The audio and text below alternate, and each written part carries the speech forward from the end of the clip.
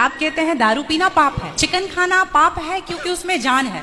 दारू में ऐसी कौन सी चीज मिली होती है कि उसको पीने से पाप हो जाता? अगर आप पी के कुछ गलत कर रहे हैं तो फिर गलत है क्यों? और अगर दारू में नशा चुकी होता है, अगर वो पाप है तो फिर तो पुड़िया खाना, सिगरेट पीना, सारी चीजें पाप में आ जाएंगी। नहीं, पाप अलग विषय है। अभी मैं समझा देता हूँ आपको। जब हमारा देश गुलाम था जी, तो एक अंग्रेज ने एक पंडित जी की कनपटी पे बंदूक रखी और अंग्रेज ने कहा, ये पंडित जी यहाँ आओ, तुम बड़े पुजारी हो? हाँ पुजारी हूँ। हिंदू हो? हाँ। आज मैं तुम्हें गोली मारूंगा।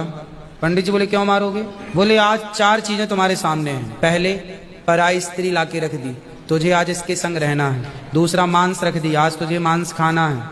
और तीसरा, ढेर सारा सोना रख दिया।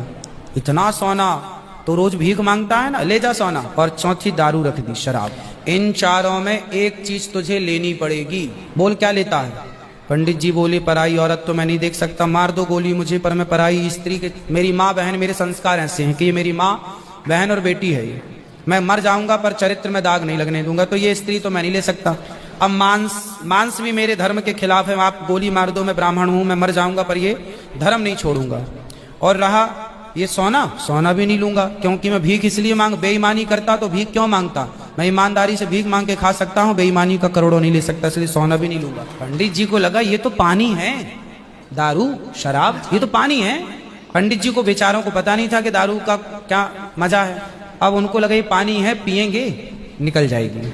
पानी समझ के पंडित जी ने बोला कि चलो, गोली कनपटी में बंदूक रखा है, चलो पी लेते हैं। पंडित जी ने दारू पी, और जब दारू पी ली तो दारू जब पी तो नशा चढ़ा। शराब का जब नशा चढ़ता है तो इंसान नहीं रह जाता। जैसे स्त्रियों को, जिसको ऑपरेशन होता है ना जी, तो रीढ़ की हड्डी में डॉक्टर एक इंजेक्शन लगाते हैं, जिससे शून्य हो जाती है। वो अंग क्या हो जाता है? कोई भी ऑपरेशन में डॉक्टर आपको शून्य कर देता है। उसी तरह शराब आपके मस्तिष्क को, आपके सोचने विचारने की क्षमता को शून्य कर देती है। आप ये निर्णय नहीं ले पाते कि क्या सही है और क्या गलत है। अब पंडित जी जब नशे में झूमने लगे तो वो उस स्त्री को छेड़ने लग गए, ए यहाँ जा, नशे में। तो यही तो प्रश्न था मेरा गुरुजी कि वो नशे में ऐसा कर रहे हैं तो गलत है। अगर जो बोलते हैं हम जेंटलमैन पैक पीते हैं, हम 2 पैक पीते हैं या 3 पीते हैं। अच्छा ये बताओ, नशे में करने लगे तो वो नशा आया कहाँ से? शराब जहाँ से आया वही तो गलत है। नहीं तो गुरुजी, सारे फसाद की जड़ तो वही है। गुरुजी जब ज्यादा पी ले रहे हैं तो ऐसा हो रहा है, जो कम पी रहे हैं, और ये कह रहे हैं कि कम पीने से ऐसा नहीं होता, आप ज्यादा। हमारे यहाँ 5 महापाप गिनाए हैं शास्त्रों ने जी।